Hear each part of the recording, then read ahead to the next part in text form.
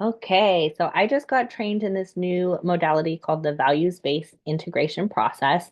And the beginning of it is that you tell five stories where you felt fully alive. And so I am going to tell those five stories with you so that people can have it as an example. The five stories have, sorry, I was just saving this other video. I always do that. So the five stories are times when you've been fully alive. You don't have to be stories of like happy. They can be joy-filled stories, even if they had something that was challenging or even if they had grief. So, for example, you might use like a time when you were with someone who you loved so much and they passed away. And that would be like a really fully alive if you felt fully alive in that moment with them celebrating their life. So it could be something where there was like grief or pain, or it could be like climbing a mountain that was like so excruciatingly grueling, but you felt fully alive. So it doesn't have to be just happy. It also doesn't have to be something that's like a big, momentous, dramatic life event. It could be just like falling asleep in a cozy bed and feeling really grateful for that coziness. Um, it could be something simple like reading a book that made you feel really fully alive. So it doesn't have to be real dramatic and it doesn't have to be happy, happy. We just want to find something where we're fully alive. So the recommendation is that you also try to find moments from throughout your life, like childhood, adolescence, adulthood, and from a variety of experiences like school, work, vacation, hobbies, etc. Now, my first five stories that I could come up with were all times when I was alone. And I asked Heather if that was okay. And she said, ideally, we would like to Heather's the creator. We would like to come up with some stories that involve other humans because we want it to be from sort of the breadth of the variety of being with other people uh, on this planet. And she said this really beautifully, it could be that you have not had the opportunity to feel fully alive um, with other humans because of whatever you've been through. Um, so I'm going to use her words because they were so good. She said, if you don't have stories right now, in your journey, that's okay. Healing is a process, and you may need to work through some of the other messages in life with the values you can identify before you're able to have the types of experiences with other human beings that make you come alive. It can be a process, that's okay. So I love that because it's like, yeah, maybe I haven't developed um, my values or my sense of trust in myself and others to the extent that I have a lot of stories with other humans where I came fully alive. And that's okay. I can start with what I have and then I can grow from there. And after she sort of gave me permission to do that and gave myself another chance to think through some things, I was able to come up with some experiences that I've had with other humans that, fully alive is also a thing. I'm like, how fully is fully alive? So I also invited myself to be like, what if it was just like a really nice, connected, joy-filled experience? And know that at any given moment, I'm going to have a multitude of emotions in an experience. So I was then able to open up to several memories with other people. So if you first start and you're like, I don't know, like maybe none of these are fully alive.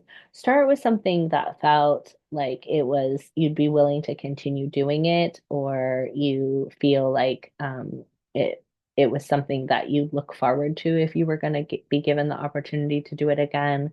It doesn't have to be like perfectly, fantastically amazing. And she did say, especially for those of us who have had a lot of trauma or really a hard time for most of our life, that this can be more difficult. And we can start with something that just feels like moderately um, good uh, because many of us are going to be like, oh, I've never had an experience that was positive. That was my first response. But now that I've gone through it like many, many times and it's kind of like triggered um, moments in my life where there was something positive, it sort of is like that reticular activating system thing where it's like if you're looking for blue Subarus, you're going to see blue Subarus everywhere. If you're looking for painful stories, which most of us just spend all of our social interactions swapping painful stories, then you have a lot of practice with that and you know all the painful stories. But rarely do we have experiences to tell our joy-filled stories, and it's not something a lot of us have much practice with, and some of us have like no practice with it. So as you get going with it, like as I was telling my stories, I was like, oh, wait, there was another time when I felt like this. There was another time. There was another time. So keep working on it, keep playing with it. This tool is meant to be done with a trained practitioner, a therapist, or a coach. So your coach also is going to help you to cultivate stories if you find yourself not able to cultivate or come up with anything. And that's just totally okay too. So if I've sent you this video as an example when you're getting ready to start doing this process with me, know that if you watch it and you're like, yep, I still have none, that's perfect.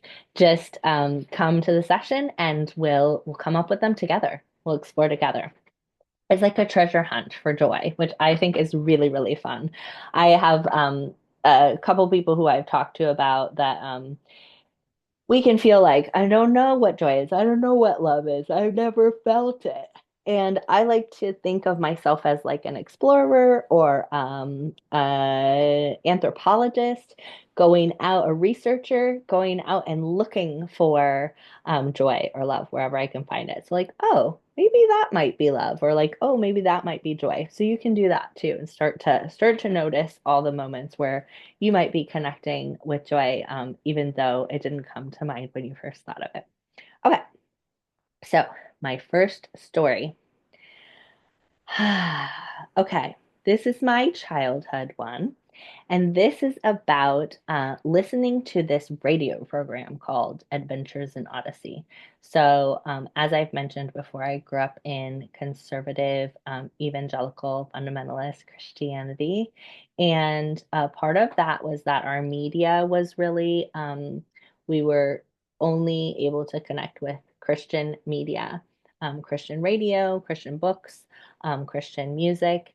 Um, and there was a Christian radio station that I think it was every Saturday morning, they would have a radio show for kids called Adventures in Odyssey. And there was this old man named Walt, maybe, or just Mr. Whitaker. Mr. Whitaker. I was thinking Walt Whitman, but that's a poet or something. Mr. Whitaker. They both had a wit.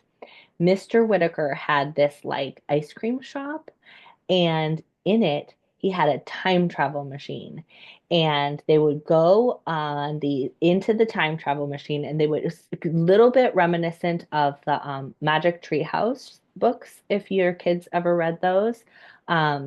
They go into the time travel thing and they would go to places all throughout time, and they would have these amazing adventures. And there was kind of like a nerdy character. I forget his name. And then there was a Connie, who was like this woman who I think they both worked at the like ice cream shop. And and they were all so nice to each other. And I really liked the kind of nerdy guy. I can't remember what his name was. And he had these big glasses because they had books about it, and eventually movies about it too. And they would all just like talk and hang out at the ice cream place, and it was like a place that kids went to after school. And then they would go into the time travel and get into all these predicaments, and there was times when it was like scary and times when it was like amazing and interesting historical stuff that I would learn about. And I would sit in my room and I would listen. At that time, I was so excited and I listened by myself. And I would also, it was the time of cassette tapes. So I would get fresh cassettes and I would put them in my little tape recorder and I would record the episode while it was on. And if I ever messed up, I was so crushed. But I would record them and then I would write all the name of the episode and the number of the episode. And I had a great big box for all the cassette tapes that I organized and that I kept really it all in order of the episodes and I would re-listen to them. I would put them on, I was falling asleep or when I was coloring or when I was playing with my toys. And I just loved thinking about those other time periods. And I really felt like I could time travel too. And now, from my adult perspective, I'm like, I was time traveling. I definitely am a time traveler. Um, but at that phase, I didn't have that perspective. I just thought it was only imagination. And I would get on the swings at school and I would pretend that I was in the time traveling machine and I would swing as a way to like initiate the time travel. And then I would jump off and jump into the time period. And then I would like have the whole adventure in my imagination.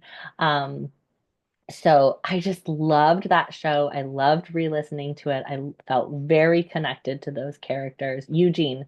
Eugene was the name of the guy with the big round glasses.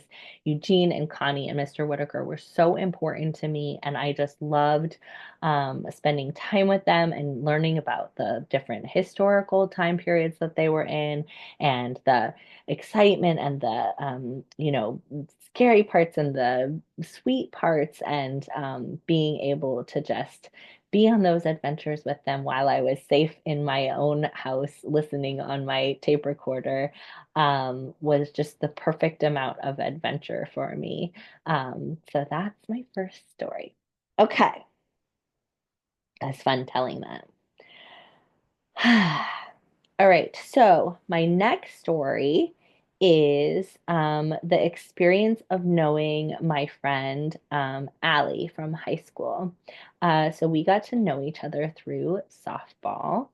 And it's now looking back very sweet because there were like so many queer people in that softball team at our little Christian high school that it's like the odds are like uh, not super high compared to the rest of society, but there was quite a bit of kids on that softball team who are now living open queer lives. Allie is one of them, and she has a beautiful wife and two kids now. But we weren't able to talk about any of those things at that age, but I really, we were drawn to one another for obvious reasons. And I used to talk on the phone with Allie and loved just having she was very sort of like deep and esoteric, long conversations about the meaning of life. She was also darker than most of the people in my world. She had come from the public school as like um, please try and like shape up our kid kind of thing. So she wasn't trying to play the like perfect Christian princess that I was trying to do. And she was sort of just like raw and angry and uh, deep and dark. She even had a relationship with self-harm, which I think I really connected with because I had a darkness in me that I wasn't able to share with anyone prior to that. And it felt really like a relief to be able to experience her darkness. And then we also had between us a shared love for art, studio art, and she's a brilliant artist. And now has a graphic design company, but brilliant artist. We did art classes together at school, and we would sit together and draw and try out different techniques. And there was a lot of parallel play happening that I wouldn't have been able to call it that then, but now I know that that's what was happening. We could be together doing art together without having to do a lot of like the typical like experiences that I was having with other friends that were all around like connecting with boys and connecting with beauty standards. And in both of those scenarios with my other friends, I felt really like out of my depth. I couldn't figure out how to navigate. And with Ali, I was able to just be in either these like deep, sort of dark conversations about real pain that we were experiencing, or be in the art together. And both of those felt just like really beautiful and satisfying and like affirming in a way that I really hadn't felt before because I hadn't had a deep relationship really before that it included pain, acknowledgement of pain.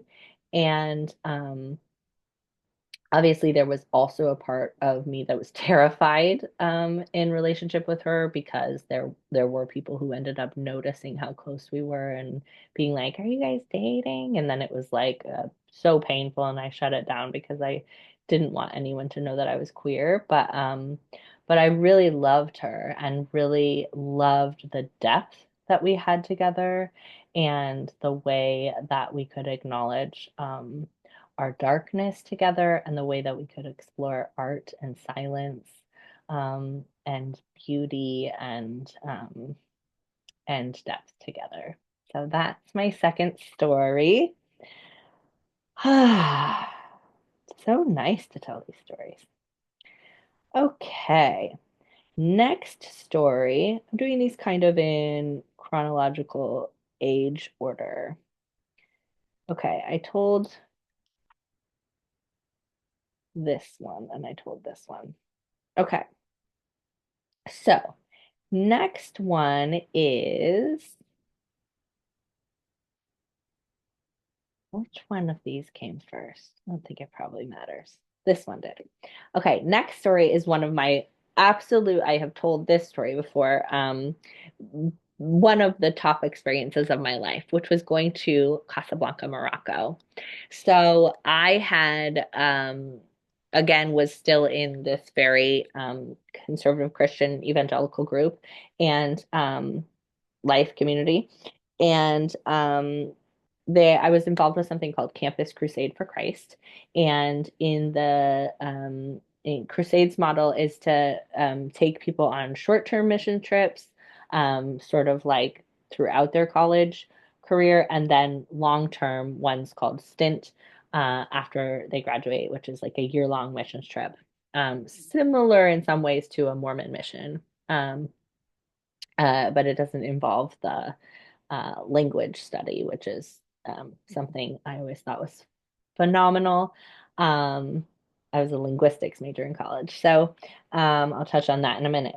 But I had wanted to go to Morocco because there was a group of kids that I was really close with that were 2 years older than me, and they were going on their stint to Morocco. So I wanted to go with them and take a pause from college, but my parents weren't on board with that. So I chose to study abroad in Spain instead so that I could go down to Morocco for to visit with my friends. So I went for 10 days, and I'll tell you, the moment I stepped foot on Morocco, it was like I never had had that feeling before. It was magical. Like I am home. I am right in the world. I have a place in the world. I belong here. It was bizarre, bizarre. Never have I felt it since. Never had I felt it before.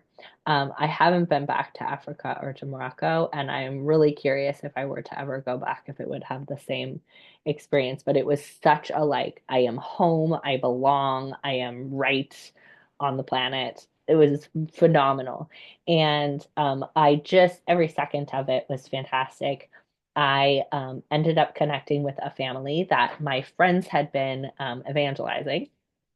And this woman named Toria welcomed me into her family. She had a big, like many generations, many siblings, cousins, aunts, uncles, all living in one area. And I spent majority of my 10 days with their family. And this one particular memory is they had I was over there and they were like, "Oh, we want to do henna on you and we're gonna like, can you stay for a while and we're gonna get so and so from across town, cousin or something to come over and do it on all of us." And I was like, "Absolutely."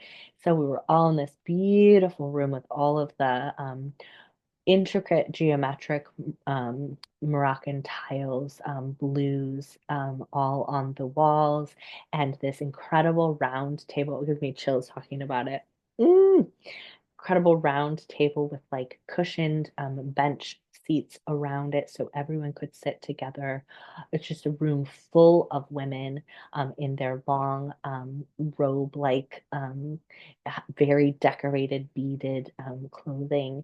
And we were in a situation where the men were separated from the women. So it was all women, and the women ate together and the men ate separately.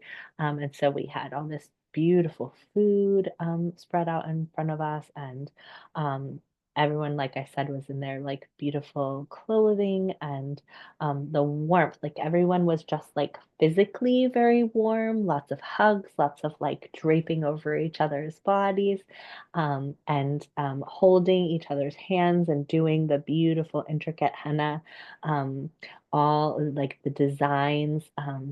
And there was just so much warmth and like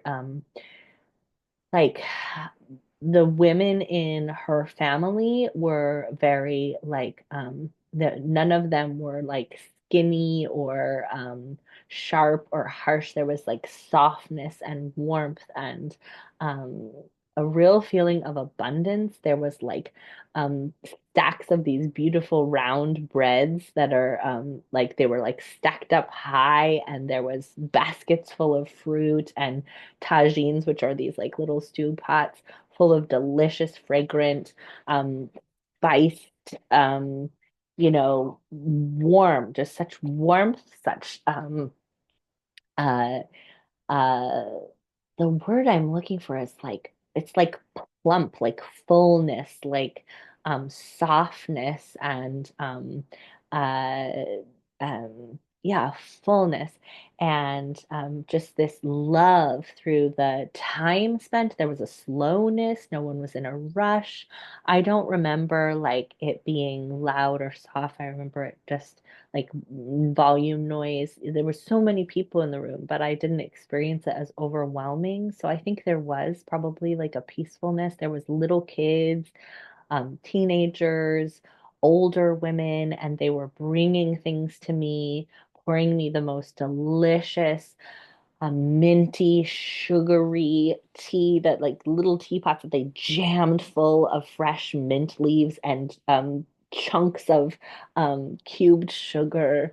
And it was like the sweetest, most mintiest tea and these beautiful little glass cups with these ornate designs around them. And they brought out all these clothes that they wanted to give me that had all these beautiful, like I said, beaded designs on it. There was just so much love and so much warmth and so much connection and so much fullness. No one was tight or constricted or withdrawn or judgy or perfect. There was just such ease and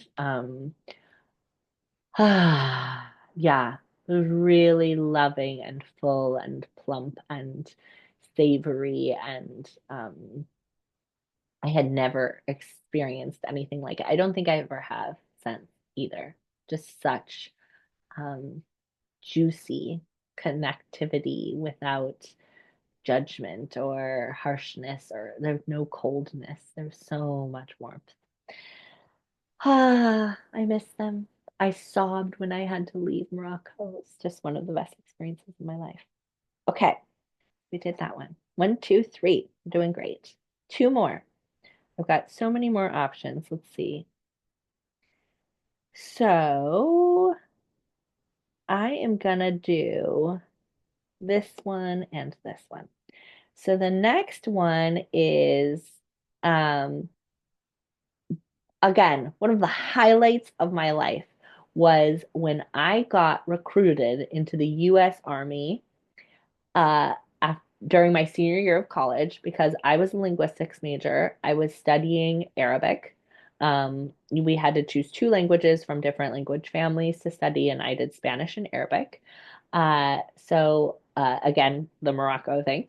Um, so I was studying Arabic, and the this was in the same year after 9/11 happened. So it was 2001, 2002. And so 9/11 happened, and then a whole bunch of Army recruiters came to our Arabic class to see who would be interested in becoming a crypto lingual analyst. And the way they presented it was very linguistics heavy. So it almost like they like very expertly did not connect me to the fact that I'd be like working for the military, right? So it was, they were going to send us to the DLI, which is the Defense Language Institute, the best language school in the world, other than the Mormon Language Training Centers and the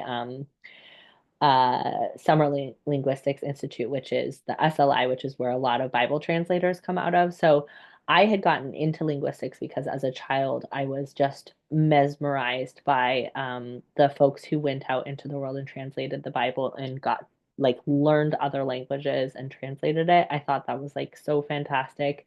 I was really fascinated by other cultures and other languages in particular. So um, I knew about the DLI, the Defense Language Institute. It's in Monterey, California, and it's just like I still have a part of me that is so heartbroken that I didn't get to have that experience because it's a 2 year total immersion. And you go in and they set up the scenario so that you're going to hear only one specific dialect from like one small neighborhood in some place in the world, and you're going to come out of there after 2 years sounding like you grew up there. Like it's so phenomenal. They do like only radio from that area, only newspapers, like no input for 2 years other than that, so you really get immersed in it. It's just like phenomenal and would have been an extraordinary experience. But anyways, so they really focus on that, and then the job would be translating intercepted um, information from throughout the Arabic speaking world. And that part was the part that I would be working at the CIA headquarters in Langley, and that was when I like finally realized that it would involve being a part of why people were killed, and so then I wasn't able to move forward with it. But the story is that the through the recruitment process, one of the final stages was to go down to LA to this headquarters where they tested people and then swore them in and like signed their contract. So it was a 13-hour day, and it was a horrendous day up until the final part, which was the language aptitude and code breaking aptitude test. So I was in a room with 8 other guys. I was the only assigned female at birth person, which was very commented on a lot. Um, it was all these guys, and we had to take like a 4 hour test that was on code breaking and finding language patterns. And one of the best 4 hours of my life, just exhilarating. The way that it felt to solve those puzzles, um, it makes me want to weep. Like it was, I had had the experience in college when I was taking linguistics tests, and when I was studying linguistics that were very close to how that felt to take that test. I left every test through my entire college experience that was a linguistics test exhilarated, high on life. When I did my linguistics projects, like at one point, I uh, transcribed a session of the Moroccan parliament into the International Phonetic Alphabet. So you're listening to something and you're writing it down exactly as you hear it with this alphabet that basically captures how how something sounds. So I could read this and I sounded exactly like the speakers from Morocco, even though I didn't know what the words meant necessarily. So I had had this high from every linguistic experience I had had thus far, but this test was so above and beyond, just absolutely like the complexity of the puzzles was it made me feel like when you watch The Beautiful Mind and he's doing the math on the windows, it made me feel like that level of brilliant. And I had had a photographic memory that I had until my overdose, and so I had had a lot of experiences of being highly able to do academics using my photographic memory. And I had had some math experience. Um, but what they gave me in this in the field of linguistics through my college degree was just so satisfying to be able to have something so difficult and then to be able to crack it was one of definitely the best feeling I've had being a human. And so this test was like 4 hours long. There was like insane problems that were like so complex, so difficult, so challenging, and you had to break it down into parts and find the patterns and be able to like make meaning out of it. And I was just the highest I've ever felt afterwards, best, just thrilled. And thankfully, I had the wherewithal after that. I had to then go and pass a polygraph test, which they had trained me how to lie and pass a polygraph test, which interestingly is just about learning how to support your nervous system. And I was on the phone with someone at the CIA headquarters in Langley to do that polygraph test, and I passed it. And then they have you get sworn in, which I did, got my little ID card, and then they have you sign the final contract. And it was very appealing because it was $100,000 salary, no, $80,000 a year salary with $100,000 signing bonus, and it would have cleared all my student loans, which I am still paying off because I did not take that. It's okay. Um, and it said, if you've ever been in the Peace Corps, you can't have this job. And if you've ever had this job, you can't be in the Peace Corps. And I was like, oh, I feel like I'm really like a Peace Corps person. So like, why would that be the case? And they were like, because you would be a spy for the US government and every country would know that and you would never be able to do humanitarian work. And I was like, I think maybe I'm a humanitarian person. And they're like, yeah, this is a military spy job. Is that what you want to do? And I was like, no, actually, I don't. So thank goodness after that huge high of that test, I had the wherewithal to be able to say, no, I don't want to be a spy. But boy, was it a bummer to say no to the DLI. And I feel like I still haven't been able to figure out how to put linguistics and code breaking back into my life. So if you know how, please let me know. There's no like little activity book for linguistics. Okay. Number one, two, three, four. Number four done. Okay. Um, I have so many more, and I'm trying to decide between these two, and I'm trying to lean towards because there's been two with humans. So I'm gonna let 2 out of 5 be a strong place to land, and I'm gonna do one more that's alone because it's something that is really influential to me having my current life, which is such a happy life. And it is the experience of sewing. Uh, so I learned how to sew from my grandma, who was an amazing quilter. And she taught me how to make my first quilt when I was like 7. And I really loved sewing with her, in particular quilting, which is just an up and down stitch. So it's not embroidery or anything super complicated like crocheting um, or knitting. Um, there's less of a pattern aspect to it. You can't in terms of the sewing, the actual quilting, but the quilt, like piecing the quilt can be quite complicated pattern wise.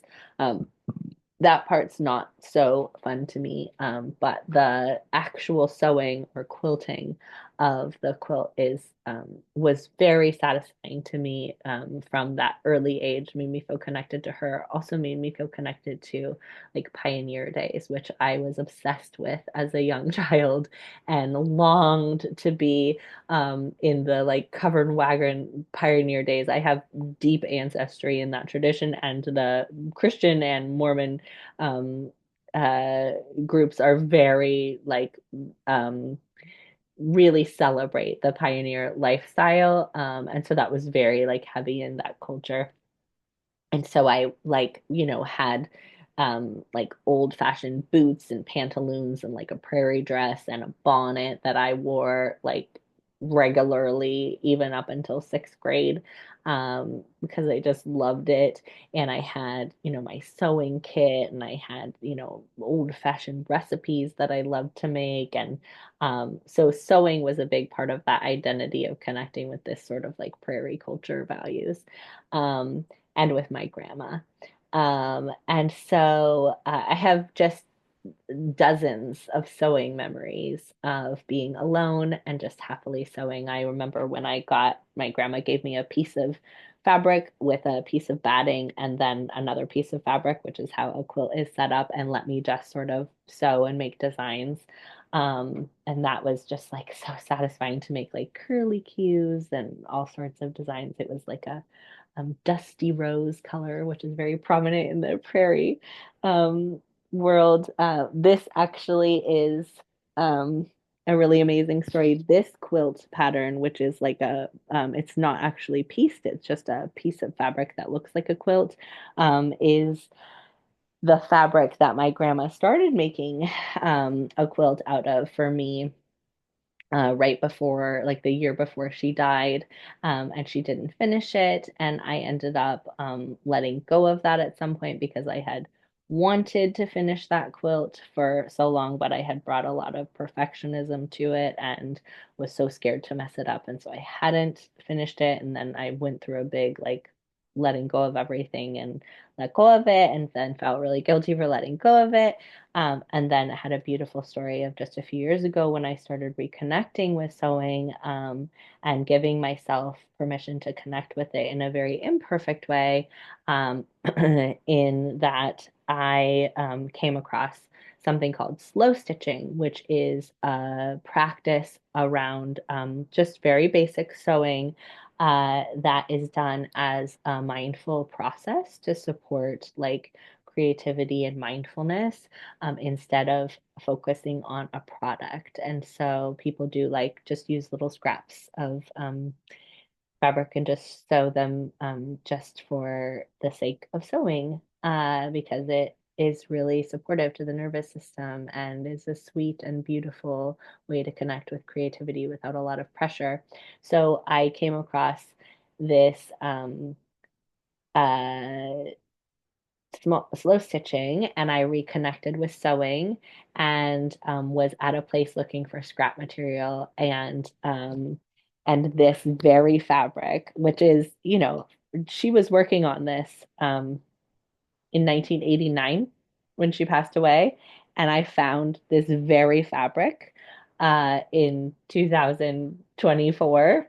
Um, which is just like such a miracle. I feel like my grandma just gave it back to me to be like, yeah, I'm so glad you're reconnecting with sewing, and like, here, don't worry that you lost or that you let go of the first quilt that I had been working on. Here you go. We can reconnect and keep working on it. So one of my favorite things of all time is just to sit and sew in a straight line, whether it's on this or just a scrap of fabric while I'm watching TV, or while I'm watching my kids' soccer game, or while I'm um, listening, or sitting while my clients listen to their SSP, um, or anytime while people are over, my kid has friends over, to just sit and sew. I feel like I can stay connected to something that feels purposeful and grounding. I feel like there's beauty and meaning in it. I feel like it gives me something to talk about with other people so they can ask me about my sewing and it's something I know how to talk about. I feel like it also makes it so that people are less likely to talk to me because they know that I'm doing something and so they don't end up needing to have a conversation with me as much. I can kind of observe and be a part of things without having to be right in the thick of it. And I can feel, I can feel the weight of it on my lap and I can feel the textures of it in my hands. And it keeps me connected to the present moment in social settings where I'm maybe not so comfortable. And it's beautiful and feels like it connects me with my ancestors. I had long line of quilters before me and it feels like it's a connection with some sweetness and some goodness from my childhood um, that is something I could talk to my mom about still, and it would be like a really safe subject in sort of any circumstance. There's no one who's going to think there's anything really right or wrong about sewing, and it feels very like pure and sweet and beautiful, and aligned and comforting and practical and grounding and satisfying to finish something and to have something to focus on. And there is a little bit of problem solving that I like, how I'm going to turn this corner, how am I going to tie this knot, how am I going to get it. So there is a little bit of the like challenge to it that keeps me connected to. Um, and I just love sewing so much. So there you go. One, two, three, four, five. We did it. Thank you for being a part of these stories with me. I'm so energized by it. It's really fun. So, yeah, this is the kickoff for the VBIP, and I'm excited to have this experience and listen to other people's stories too. Okay, lots of love.